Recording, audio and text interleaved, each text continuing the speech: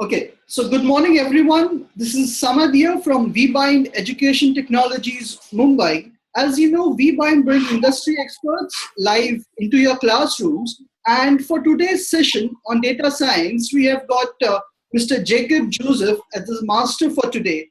Mr. Joseph carries an experience of more than a decade, with earlier being an investment banker. Thereon, he moved on to analytics with a course from Jigsaw Academy. Right now, he is a data scientist with CleverTap.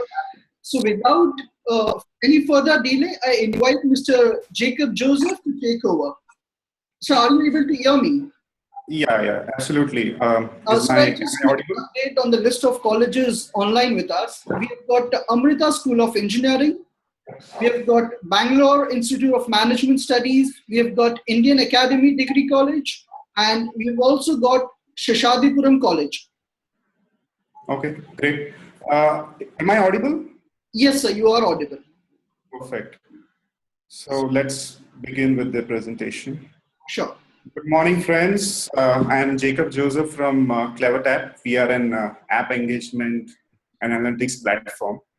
So the role of the data science team at CleverTap is to bring some AI into the product offerings. So let me share my screen with you.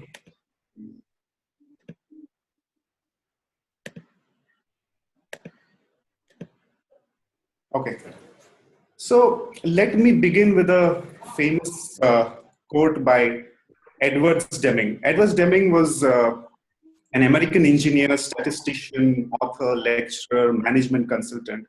So he has developed many sampling techniques which are still used by the Department of Census and Bureau of Labor Statistics in US.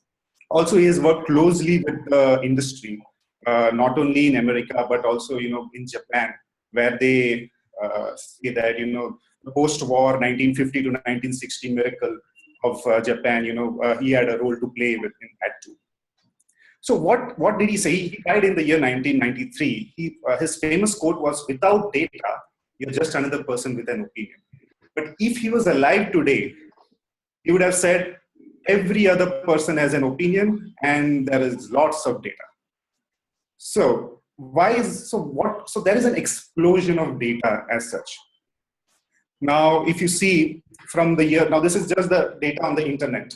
So where it was roughly around 100 GB per day in 1992, it has roughly, gone to, it is expected to go over 50,000 GB per second by the year 2018. So obviously there is lots and lots of data. And what is the composition of this data? Mostly it is unstructured data. And over the past few years, there has been of these many years, only past 3-4 years, there has been that kind of an explosion. So why is analytics and data science become so popular over the past few years? It's like you're looking for a needle in a haystack. Now this haystack is growing and growing and growing. So data as such is not that useful. But what is useful is the information and the insights that come out of the data.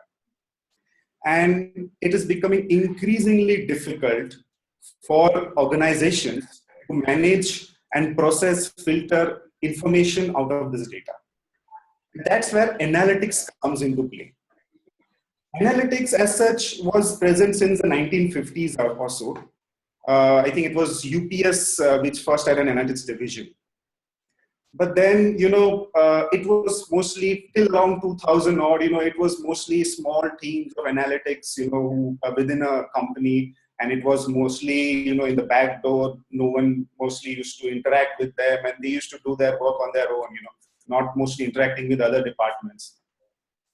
And come 2000 and forward, with the rise in the volume of data, the analytics as such started to come in the forefront. They started to become more popular.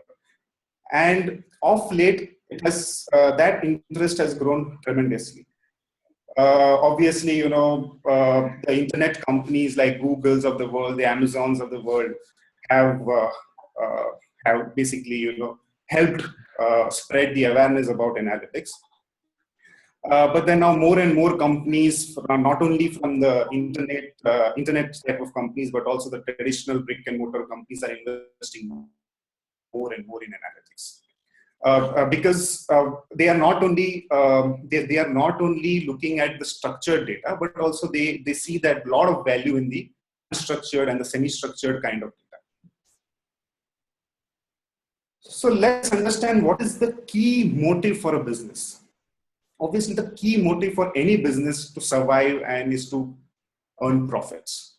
Now, the profits can come from reduced cost, increased sales, or increased retention. So, how does analytics falls into this? With analytics, either one or all of these could be achieved. Now, if you just take the case of an engagement kind of thing. So, like there are today telecom companies is a prime example. They have lots and lots of data with them, and they are building predictive models to to improve their network and identify network issues before they occur. Thereby, they are trying to reduce the churn for their company. Now, even in the case of marketing analytics, there are a lot of companies which try and engage with their end users in a very timely fashion. You must have seen that there are apps which send you notifications day in and day out, promotions day in and out. But there are some apps which may give you very timely notifications, contextual notifications. So these kind of apps are using more analytics to drive engagement with their customers. If you see Amazon, if you log into Amazon, whenever you buy a product, you see that you also get a recommendation. All this is driven through analytics. So what happens is that it's why retention is important. It is very expensive to acquire a new customer. So obviously, it makes much more sense to retain your old customers and drive revenues from them. Then reducing cost. Now, cost is again, as a business, if you are in a mature business kind of thing, you would tend to reduce your cost to increase your profits. So, so thereby, you cannot probably increase your sales exponentially. But the way to sustain your business and increase profits is by reducing costs. Now, if you talk about HR, now a prime example would be Xerox, wherein the attrition rate for any company, for an HR department is very important. The HR department usually tries to lower the attrition rate because with attrition comes cost. So Xerox, with the help of analytics, helped reduce its attrition rate by 20% in their call centers.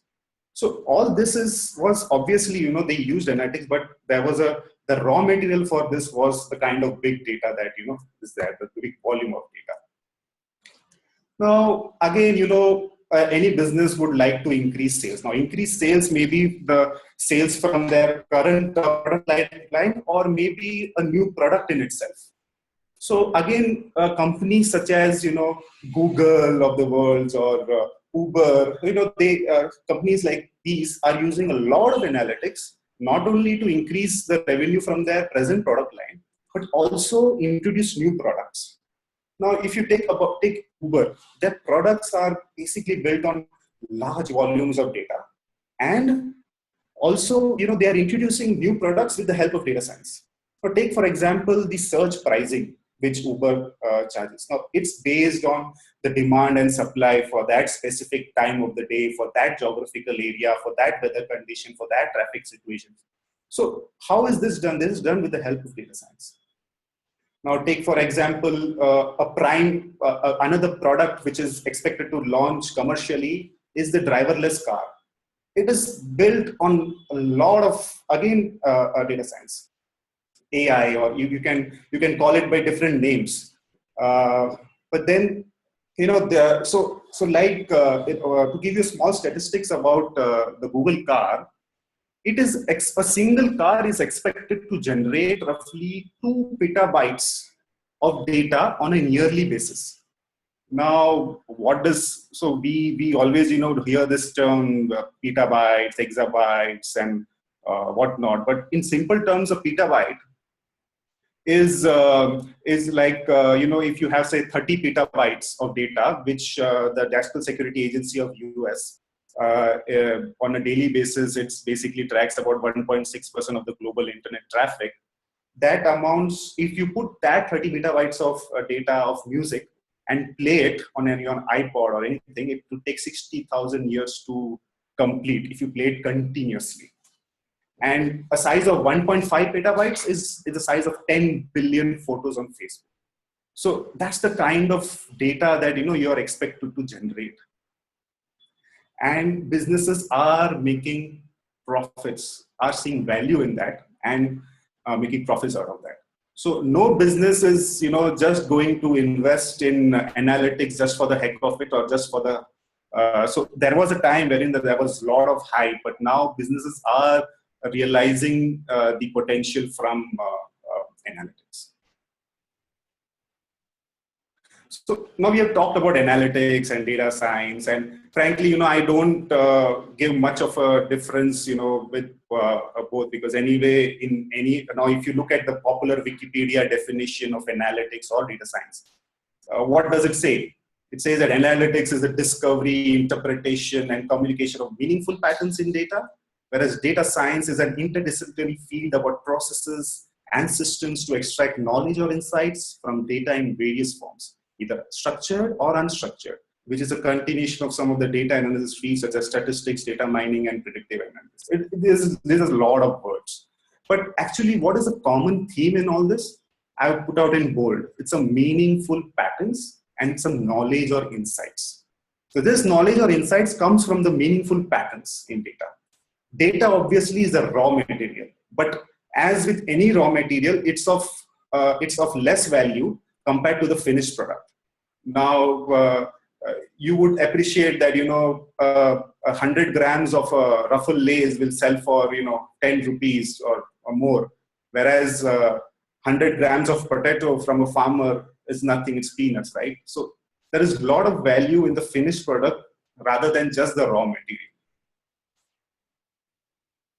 So let's take, now what happens with data? You have data, lots of data. From there, you get some information. And from there, you get insights. Now, it's a little bit, now let's take a couple of examples to understand this. Now, suppose you are a retail, suppose you have newly joined a retail unit and a retail shop, and you have been analyzing the sales. And suddenly you see in the month of October, as you are analyzing the sales, you suddenly see a spike for the current, for the 2 weeks. You see that the sales have risen dramatically. It's like literally doubled or tripled. You get very excited. You compare the results week on week, month on month, and also the last year you're sitting in 2016 and you compare sales of the last on 2015. Still, your sales have literally doubled and tripled. So obviously you get excited and you say, wow, I've uncovered something which is, unique, and the company just needs to replicate this on a daily basis and we are through. But then, you start to ask questions, whether this is the case. Is this useful data or is this useful insight? Whether this can be put into practice. Now, when you start to ask questions, you get to know that, oh, this year Diwali is early. And last year Diwali was in the month of November. This year Diwali is the month of October. And Diwali accounts for nearly 50% of my sales on a yearly basis. Obviously, this you cannot use this as the marketing strategies that you have put into place and replicate on a daily basis, because Diwali is not every day.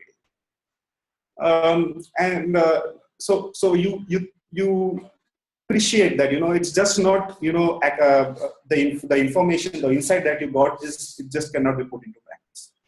And another example in this, probably Many of you must be using maybe smart bands. Right now it's a kind of fad. Like most of the people use smart bands to track their daily activity. The kind of calories that they have burned, the amount of sleep that they had, and maybe the goals that they have set to becoming fit. So probably you have one of those smart bands, and maybe on a daily basis you track your performance. There's a lot of data again with that. Then probably you uncover something is that you have set a target of say 10,000 steps on a daily basis, and you do 5,000 on an average. And suddenly one Monday you see that on this particular Monday I had like 15,000 steps. You get very excited. Well, wow, now if I do this on a daily basis, I can easily achieve my goals, get fit. So I just need to replicate this on a daily basis. But then as you start asking questions. And how is that? What different did I do on that day? Or can I do it on a daily basis? Now, while asking questions, you uncover the fact that Monday was a public holiday. You had gone out for a trip with your family or friends, maybe for a trek or something.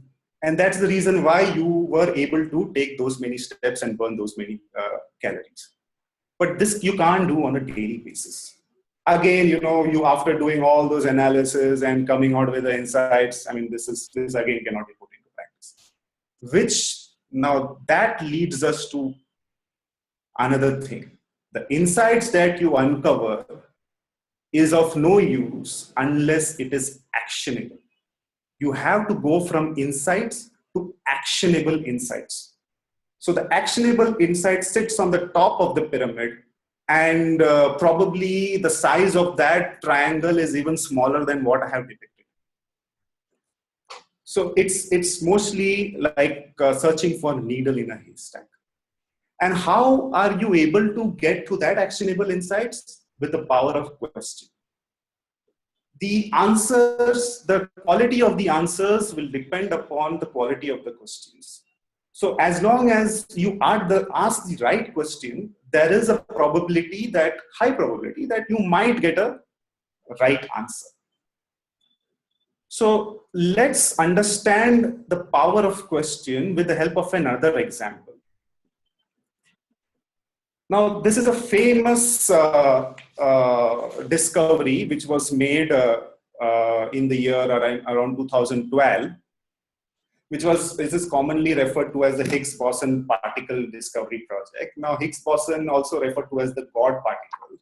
Now, Higgs-Boson is an elementary particle in the standard model of particle physics. So some of you must be quite familiar with this. So what happened is that it was a collaboration across countries. That's some 10,000 scientists and engineers across 100 countries came together. And the total cost of this project was around $13.25 billion. And this experiment was done between the French and the Swiss borders. There was an underground tunnel built, and there was a large hadron collider and equipment which was put there. And what happened was that it was the particles were smashed together, and in the hope that there was a small chance that Higgs boson will appear. But what was interesting is that in this experiment, there was some 3 gigabyte of data per second that was generated, or some 25 petabyte of data per year. There was 600 million collisions per second, and only 100 collisions were of interest. So that means 99.9% of the data was useless, and only 0.01% was useful. So now, yes, they did make the discovery, and probably it may help in unraveling the mysteries of the universe, and possibly at some point of time that they would see applications in the medical field and some other applications. But as an analytics profession, as a business analytics profession, what is of interest to me? So I start asking questions. So suppose I ask this question: the infrastructure required to capture the enormous volume of streaming data, process, filter, and store it. This is quite interesting for me. So as an analytics project, if I ask the right question is what kind of infrastructure is required to capture this enormous volume of data and process and filter it? Because see, 99.99% of the data is not useful. It's just, out of 600 million collisions, only 100 are useful to me. So suddenly, as a business analytics professional, this is of immediate interest to me. So again, you saw that the power of asking the right question is very important. And so as you go about in any analytics project, you need to take care about certain steps in an analytics project, beginning with the problem statement. You just saw that, how asking the right questions is important. So defining the right problem statement, which is the first step in any analytics projects, is very crucial. Because if you are spending your time in the wrong problem, you are just wasting your time. So, just to give you an example, suppose you are given an analytics project where the customer comes and tell you that, okay, I want to increase the sales of my company. Now, as an analytics project, it is of no use to me. This problem statement is of no use, because tomorrow I can say that, okay, I have, with my model, you have increased the sales by ₹1. It's not of any interest, or ₹100, it's not of any interest. So suppose the problem statement itself was that I would like to increase my sales by 10%, or I would like to reduce my bad loans by 5%. Now you are quantifying your problem statement. So now this becomes important. Not only setting the problem statement, but quantifying the problem statement. Next comes the data collection. Okay, there was a time when you had access only to the internal sources of data. As you had seen in some sites before, 90% of the data is unstructured. And mostly the unstructured data, now that unstructured data may be in the, right now, I mean, if you say mostly the unstructured data in the form of photos, videos, call logs, and etc. But then companies right now are not only collecting data from internal sources, but also internal sources not only on particular departments, but across departments, and also third-party data, external data, especially social media data. To just give you an example, insurance companies. Now, insurance companies are using data from social media to reduce claims. So if an insurance company is bombarded with claims, there's a high probability that it will go down under. It obviously sells insurance premium. The premium is their mainstay, right? The cash flow for an insurance company is the premiums. Now that premium is calculated based on certain risks that the insurance companies takes. Now, if the risks are overshooted by a wide margin, obviously, they will run into losses. Now, there are a lot of frauds which take place with respect to claims setup, and insurance companies are using social media to, reduce these claims. Suppose, there is a claim for disability. But with the social media, probably, they come to know that, this person who has claimed for disability is not that disabled. Probably is going out for an outing, or he's posted his status on Facebook saying that he's going out for a tour for trekking or something like that, right? Or put out photos on that. So they are actively mining social media. And if you see, even I think last year on a large scale, China started this social media gathering data from the social media and probably they'll come out with a social media score for their citizens. So they're covering the entire citizen base. So external data, value from there and insights from there, companies are already collecting a lot of data. So data collection again is a very important stage in the cycle. Next comes the data exploration and preparation. Now, this actually, is a stage in itself. The data exploration is a step, data preparation is a step. But I have put them together because they are probably closely kind of related. Now you have all those data, right? So, what you would uncover in the data exploration stage is you have certain you will find many duplicates in your data. The data is not clean. Data in the real world is never clean. Many times you take up courses related to data science or analytics, maybe in your colleges. Hello? Hello? Hello? Am I audible? Yes. Sorry for the interruption. Okay. I think someone just unmuted themselves. Oh, okay, fine. Okay. So coming back to the data exploration, so you might uncover many, data in the real world is never clean. You might get a lot of duplicates in data, a lot of spurious data. Data which is very dirty, data which has a lot of missing values. Maybe you have certain extreme values which are correct and extreme values which have been inputted by mistake. So a lot of data exploration, during the data exploration study, you will come across a lot of these things. And what happens during the data preparation stage is that you try to treat those things when you do in the data preparation stage. Now, what happens in the data preparation again is not only is you might treat the missing values or the outliers, but also you create more variables from the existing variables. So now take for example missing value. Okay, now and suppose your aim is to prepare a project on maybe detect frauds.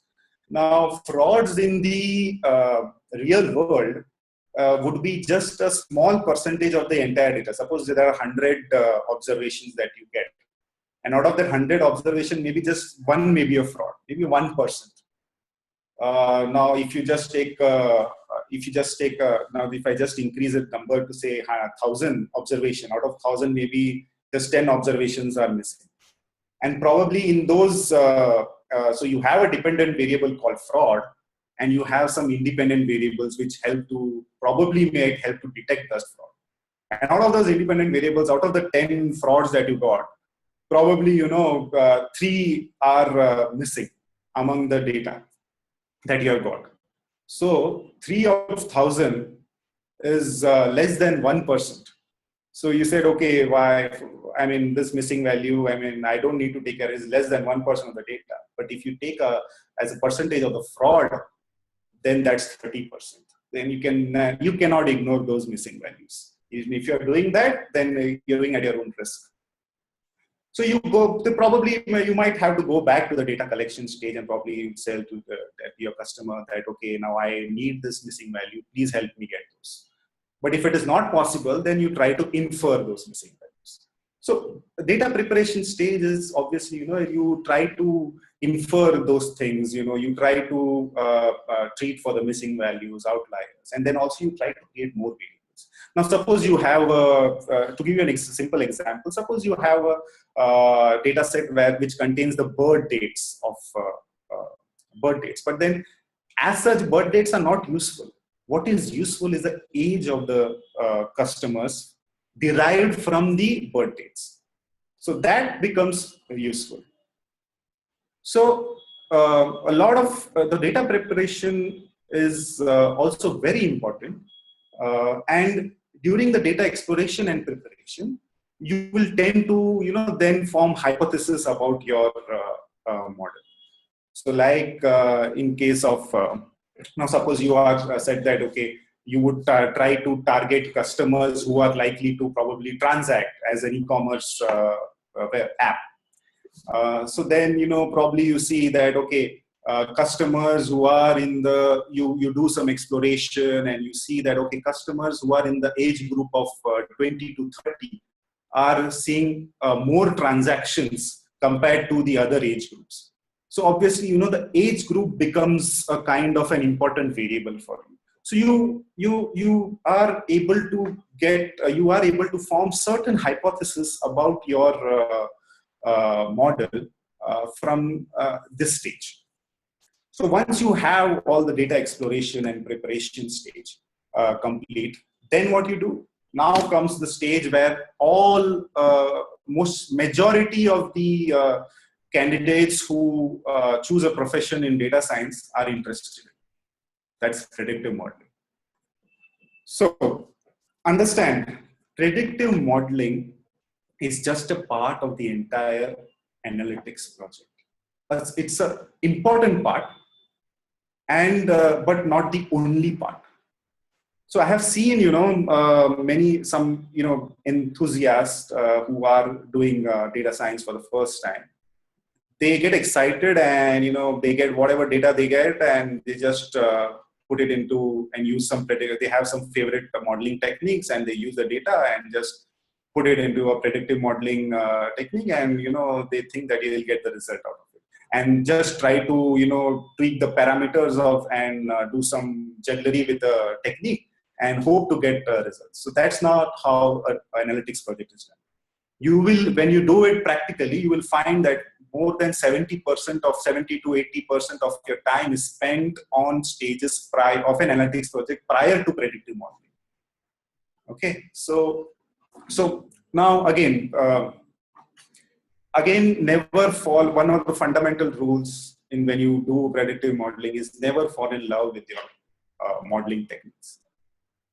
Based on your client or customer, you would tend to select what kind of techniques that you choose. Now, suppose a bank comes to you and tells you, okay, please help me create a model which would help me choose the right credit card customers so that my default rate is lower by, say, X percentage. And this and this decision would rest with the person who is giving out the credit card. So you go about, well, when probably for this kind of a problem, you might go with a statistical technique, maybe possibly as simple as a logistic regression technique, wherein you are able to come out with certain rules, well-defined rules, wherein you can quantify that, okay, whether you should, and create a credit card kind of a score, credit score for their end customer. If you give that client a neural network or some black box kind of a thing, wherein you have 100 kind of variables which probably define that end result, and you never know what kind of variable is contributing to what percentage in terms of the delinquency, it will be very difficult to sell that product. Whereas if you sell a black box kind of a product, maybe an investor comes to you and tells you that, okay, help me develop a model with select stocks. My aim is to earn profits. I don't like losses. He might not care whether you give a black box approach or a statistical approach or any approach. His aim is to earn profits. So depending upon the customer, you should choose your model and not just go blindly with a model just because you tend to like those models. And many times understand that it's not just the accuracy of the model. What explains the factors behind contributing to the model. So this is now once you have done the predictive modeling and you have probably again in this in all the steps that I mentioned, you might have to go back to the earlier stages to improve upon the output from the current stage you're working in. So probably in predictive modeling, maybe you come to know that, okay, my hypothesis is not working, my results are not quite good. You might have to go again to the data collection stage and, maybe get more data or maybe more accurate data. Or maybe in the data preparation stage, you might have to create more independent variables, which might, help in improving the accuracy of the model. So once you're through with the predictive model, you're satisfied with the results. And then, the last few stages is the presentation and the implementation. So as you might have put a lot of effort in your models. You have maybe spent sleepless nights, and maybe you have written thousands of lines of code, but all those cannot come into a presentation. A presentation mostly happens to a non-technical background. You cannot just output the results of a statistical model or a machine learning model and just copy paste it into a presentation.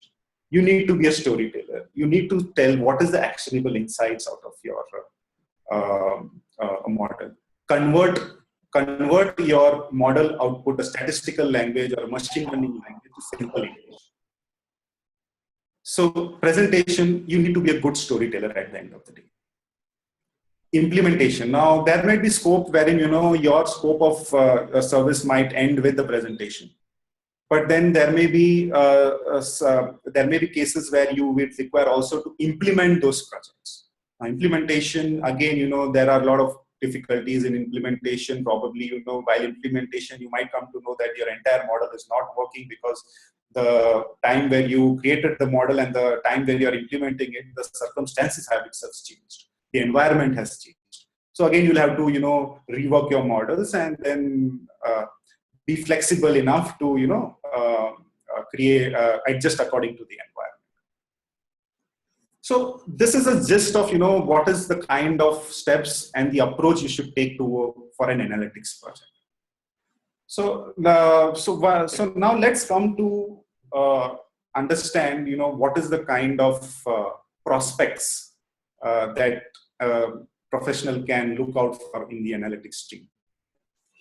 First of all, you all must have read in the print media, digital media, everywhere, from friends, families also must be telling you there is a lot of demand for analytics, and all possibly good stories about that. To a large extent, this is true. There is a good demand for analytics professional, and it is only going to increase at least for the next 3 to 5 years. But then, is this demand supply situation constant across categories? By categories, I mean years of experience. So on your left hand side, you can see the years of experience that I have put. Now don't go by the length of the bars wherein it indicates red in supply and blue in demand. It is just indicative of the relative demand and supply for those many years of service. Now again, these experience levels, I'm assuming that the candidates have the required academic background for analytics. So if you see in the 0 to 2 years kind of a range, the supply outstrips demand. Now, and that is more so in the 0 to 1 years kind of experience range. And things starts to get really interesting 2 years onwards. And I have not put 10 plus years because that clearly the demand is really high. So now, obviously, many of you who are thinking of joining the analytics as a profession, you might be thinking now, okay, this is really disheartening because, how can I spend, after, I'll be considered a fresher and I have to slog it out maybe, by the time, some of you might be in the last year, some of you might be in have a couple of years more to complete your course academics. And then, by the time you graduate out, again, this statistics might change. So, but then, I would give you some career hacks wherein, you are able to go from the 0 to more than 2 years of experience. So let's get on to the next slide. So these are some career hacks. First of all, put yourself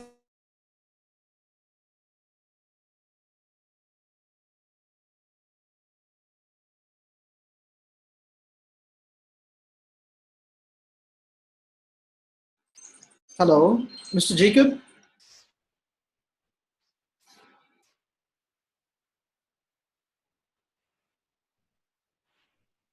Hello, Jacob, sir, can you hear me?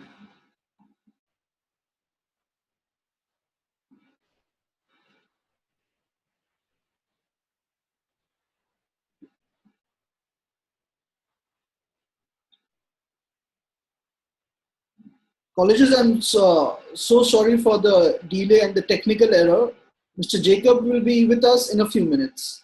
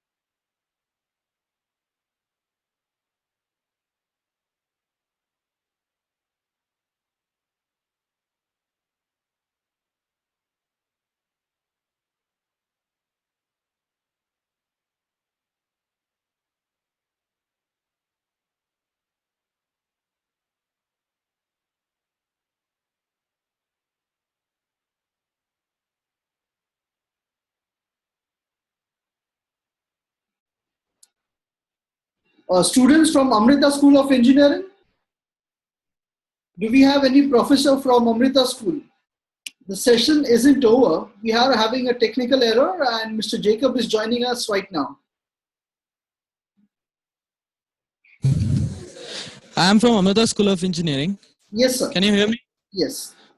The scheduled time given for me was from 11 to 11:30, and students have other classes, and the faculty is waiting in the class.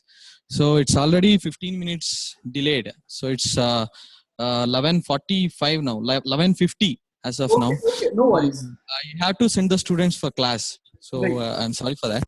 Okay. Okay, thank you.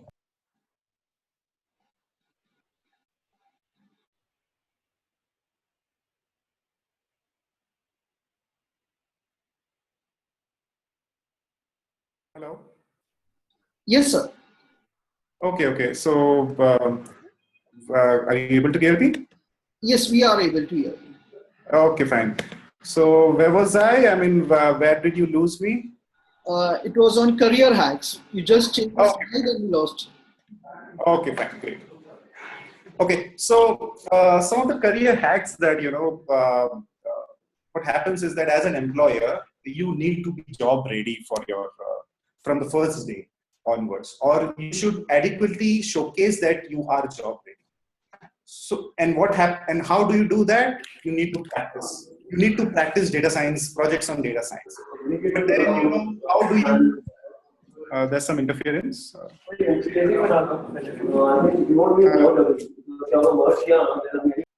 Hello. Yeah. So you need to practice on data science kind of projects. But then, how do you do that? So there are machine learning repository from UCI. You can Google it out, and there are various other sources wherein there are a lot of data sets that are available, wherein you can practice the machine learning or data science kind of projects.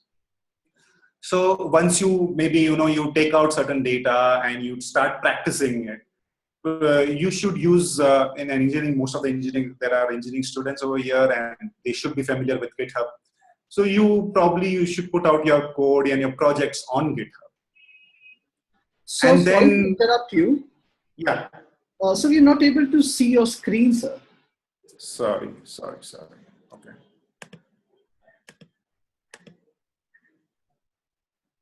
Is it fine? Hello? Hello? Yeah, is it fine now? No, we are able to see you, but not the presentation as of now. So okay. Have to start the screen share again. Okay, sorry, I'll do that.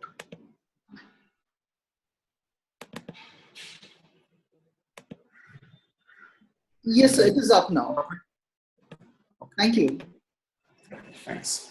So then, so whatever projects that you develop, you work on, so you should create a habit of putting out in GitHub. Now, once you have done that, then probably you should also blog about it. Now, you should blog about your approach taken to your projects. You can maybe on platforms such as LinkedIn or your own websites or your own blogs, then again, there is again also, most of you might have heard about Kaggle. Now, Kaggle is and platforms such as Kaggle, there's Analytics Vidya also. So wherein, there are online competitions and hackathons which are held.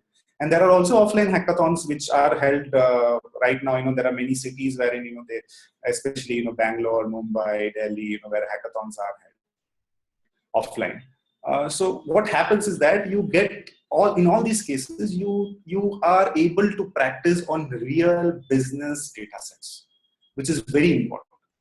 And once you practice on those, and there is an active community, like in Kaggle, there is an active user community where you can discuss about your approach. There are approaches which are discussed from other winning players.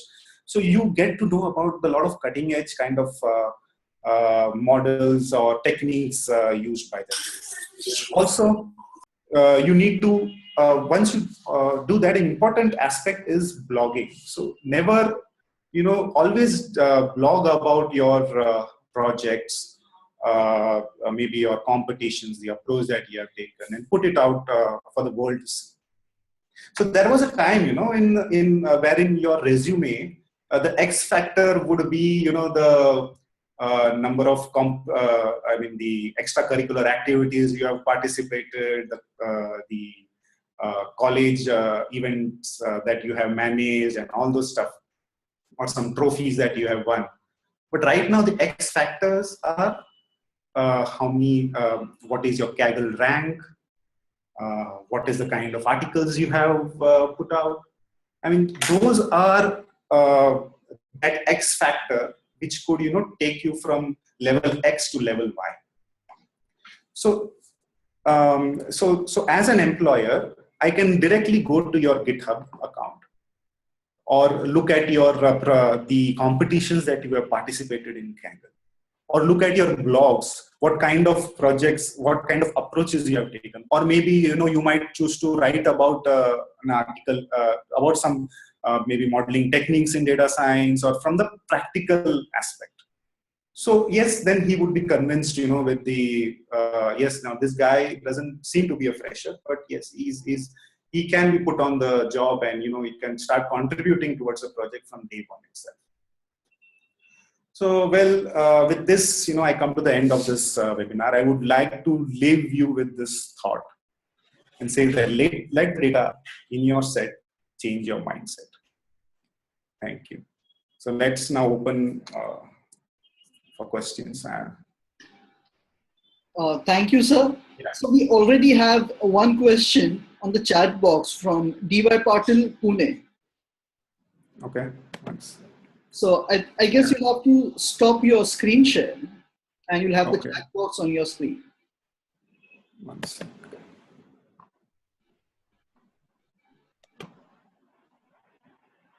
Besides, do we have any more questions from Seshadipuram College, Indian Academy? You can come near the screen. I'll unmute you, or you can use the chat box. Okay. So the question is, Suresh would like to know which industry uses data science the most. Okay. Now, this whole data science as such was actually popularized by the internet companies, like the Googles, the Facebook, and, related companies. So there are a lot of, and, in the marketing space, like the ad tech companies. So like you see, various, whenever you log on to Google and you visit some website, a shopping website or something like that, you would always get ads, once you even come out of that website and you search something else, you would always see some ad pop up, like, would you like to buy this, or, something like that. So there also, a lot of data science also is used over there. So mostly, it's that it has been popularized and mostly used in the internet type companies. But then now this is getting more democratized, and many industries are now using data science or wanting to use the data science. One industry which is still, probably, then medicine also, there is a lot of data science now they are trying to use. But one industry which is still lagging behind is probably, the manufacturing sector. I hope it answers your question. Great. So do we have any more questions from DY Patil or Seshadipuram College? Students or professor? Okay, there is one more question again from DY Patil, Akshay Wagle. Okay. So Akshay Wagle asks is that what is the prerequisite to learn machine learning? Actually, first of all, whether you do machine learning or statistical learning or whatever, first you need to have your basic mathematics and statistics in place. So you cannot just jump into the model without understanding the nitty-gritties of the model. And to understand the nitty-gritties of the model, you need to know the basics. So the basics of the statistics and the mathematics, you need to be aware. Obviously, since you are, you need to be a good coder also. Hope it answers your question. Okay, there are various avenues as of now, online as well as offline, which offer courses on data science and basics of that. Well, for me, I had gone through various courses, MOOC courses on Coursera, edX, and especially with Jigsaw. So I got a lot of exposure to that part from online courses. Indian Academy College. You are on now. We can hear you. Do we have any questions from the students or the professors of Indian Academy Degree College?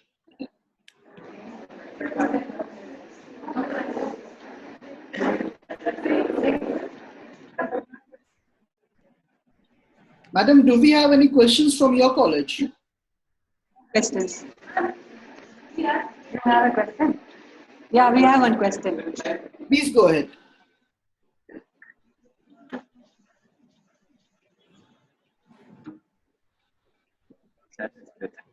Yes, we are able to hear you. Please go ahead with the question.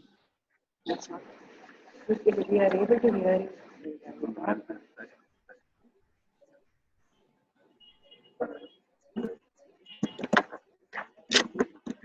By the time the other participants can use the chat box to ask questions to Mr. Jacob Joseph here.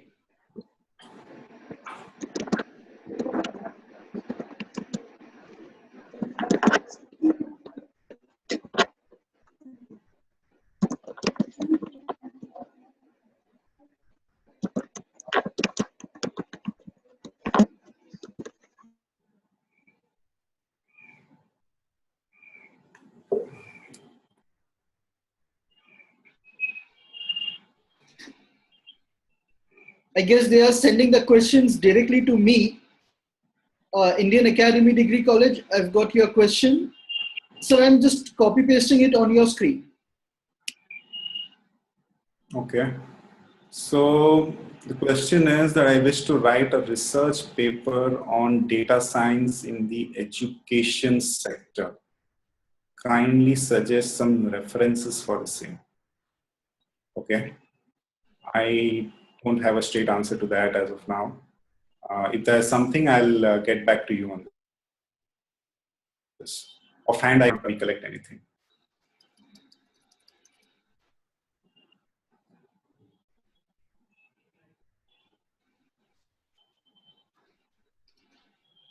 So this is the question which the student from Indian Academy Degree College asked. I have a question regarding data explosion by 2018. Fine. What is the question?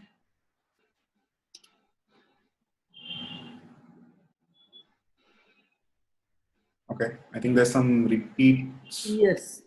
Just a moment, sir.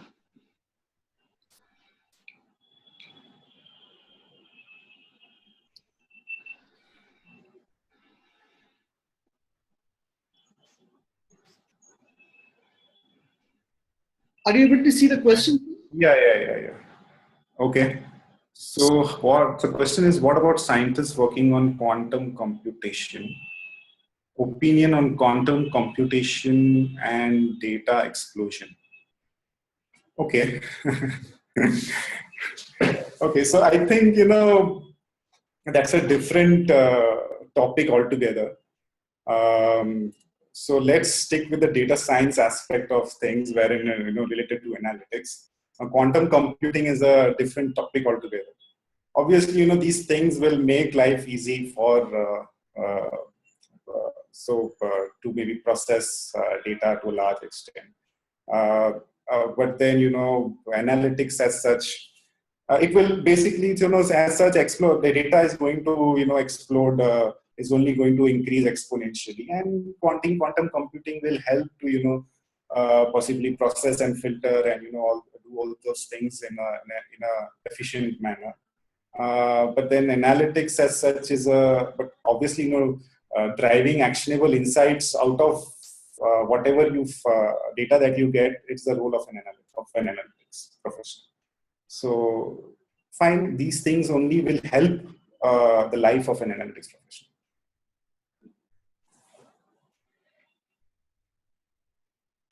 I hope it answers your question. Great. So one more question from D.Y. Patil. Okay. Regarding Mr. Modi. Okay. It is said that Mr. Modi used data analytics to, how did they can use it? How you analyze the voting patterns? Okay, so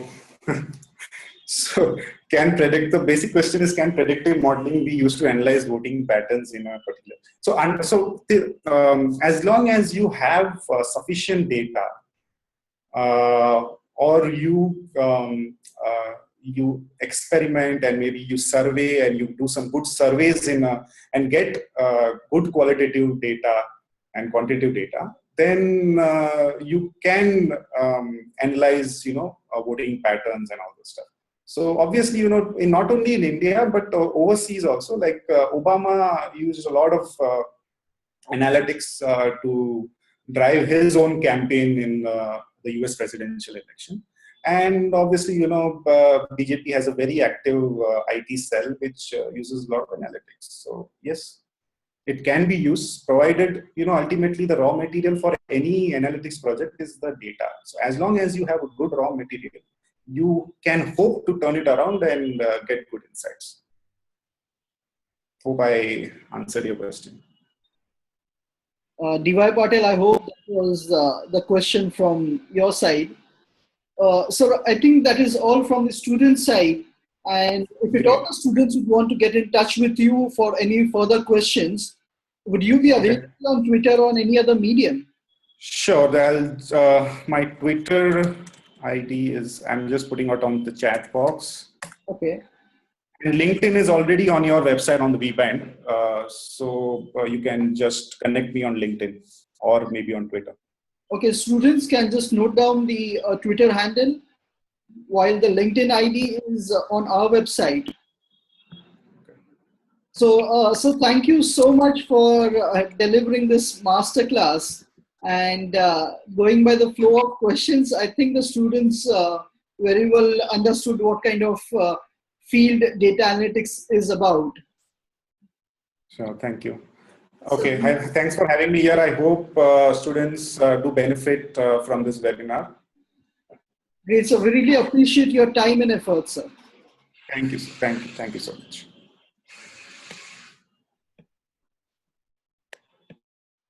So all the students out there, I hope you have already registered yourself as a student. If not, please visit our website and register yourself as a student. Besides, we have tied up with Jigsaw Academy, and we will be coming in your classrooms, in your campus tomorrow to give you a demo on what data analytics is all about and help you more with data analytics and to make a career in it. Thank you for being such a wonderful audience. Have a nice day.